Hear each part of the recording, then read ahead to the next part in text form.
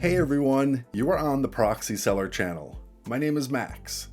In today's tutorial, I'll guide you through setting up a proxy using the Antik Browser. Let's get started. Launch Antik Browser and go to the main menu.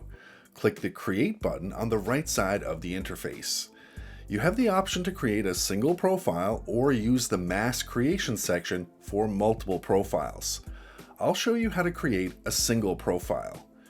In the new tab, name your profile and add it to a folder for easy management. Choose an operating system from the options available. Both Windows and Mac OS are supported. Select your work area, such as Facebook, to create a profile with the relevant extensions and bookmarks for that platform. To add your proxy, choose New Proxy and select a protocol from HTTP, HTTPS, SOCKS 4, or SOCKS 5. I'll use SOCKS 5 as an example. Set a name for your proxy profile and enter the details in the format: IP, port, username, password, separated by a colon. For free proxies, only the IP address and port are required.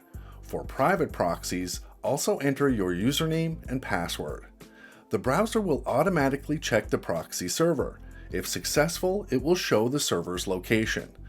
For proxies with manual rotation, enter the URL link in the designated field. Set up the start page for your browser profile and add your own cookies if necessary. For extra security settings, go to the Advanced Settings tab. Click Create to save your profile and finish the proxy setup in Antik Browser. Remember, free proxies pose security risks and lack reliable anonymity, often leading to blocks. For secure and private online experiences, turn to our company Proxy-Seller. We offer 100% anonymity and top-notch security. Our selection caters to various needs, supported by 24/7 assistance. Check the description for a 10% discount code and a link to our site. Don't forget to subscribe to the channel. Turn on the notifications by clicking on the bell and hit the like button. That's all for now. See you guys in the next video.